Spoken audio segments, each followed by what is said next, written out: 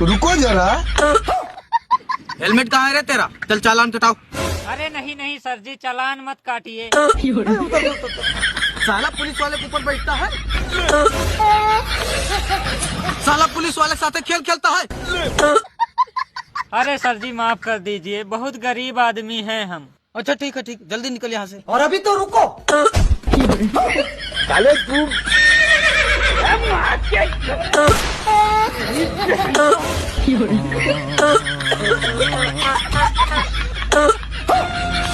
सारी बात